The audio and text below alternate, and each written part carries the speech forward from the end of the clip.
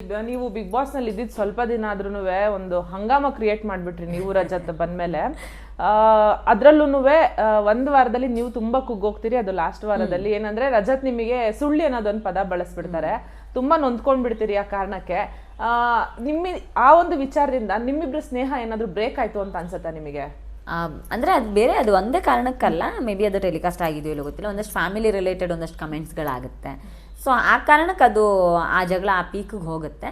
So ನನಗೆ ಯಾವುದೂ ಯಾರಿಗೂ ಶಾಶ್ವತ ಅಲ್ಲ. ಸೊ ಹಾಗೆ ಇರುತ್ತೆ ಹಿಂಗೆ ಇರುತ್ತೆ ಅಂತ ನಾವು ಹೇಳೋಕ್ಕಾಗೋದಿಲ್ಲ. ಸೊ ನಾನು ಆ ಕ್ಷಣಕ್ಕೆ ನನಗೇನು ಅನಿಸಿದೆ ಅದಕ್ಕೆ ನಾನು ರಿಯಾಕ್ಟ್ ಮಾಡಿದ್ದೀನಿ ಅಷ್ಟೇ. ಬೇಜಾರಂತೂ ಆಗಿದ್ದು ನಿಜ, ಬೇಜಾರಾಗಿದೆ. ಬಿಕಾಸ್ ಅದೇ ಫ್ಯಾಮಿಲಿ ಇಶ್ಯೂಸ್ ಅಂತ ಬಂದಾಗ, ಫ್ಯಾಮಿಲಿ ಬಗ್ಗೆ ಕಮೆಂಟ್ ಮಾಡಿದಾಗ ಸಹಜವಾಗಿ ಬೇಜಾರಾಗುತ್ತೆ. ಸೊ ಆ ರೀತಿಯ ಒಂದು ಬೇಜಾರಿನ ಕಾರಣಕ್ಕೆ ಅದಷ್ಟು ಕುಗ್ಬೇಕಾಯಿತು. ದೆನ್ ನಾನು ಮತ್ತೆ ವಾಪಸ್ ಬೌನ್ಸ್ ಬ್ಯಾಕ್ ಆಗಿದ್ದೆ. ಒಂದಿನ 2 ದಿನ ಇದ್ದೇ ಇರುತ್ತೆ. ಆಮೇಲೆ ಮತ್ತೆ ಏನು ನಾನು ಒಂದಷ್ಟು ಮಾತುಕತೆಗಳನ್ನು ಬೇರೆಯವ್ರ ಹತ್ರ ಮಾಡಿದಾಗ ಸೊ ನಾನು ಯಾಕೆ ಕುಗ್ಗಬೇಕು ಅನ್ನೋದು ನನಗೂ ಅನಿಸ್ತು. ಹಾಗಾಗಿ ನಾನು ಅದರಿಂದ ಹೊರಗಡೆ ಬಂದೆ ಅಷ್ಟೇ. ಬೇಜಾರಾಗಿದ್ದಂತೂ ನಿಜ.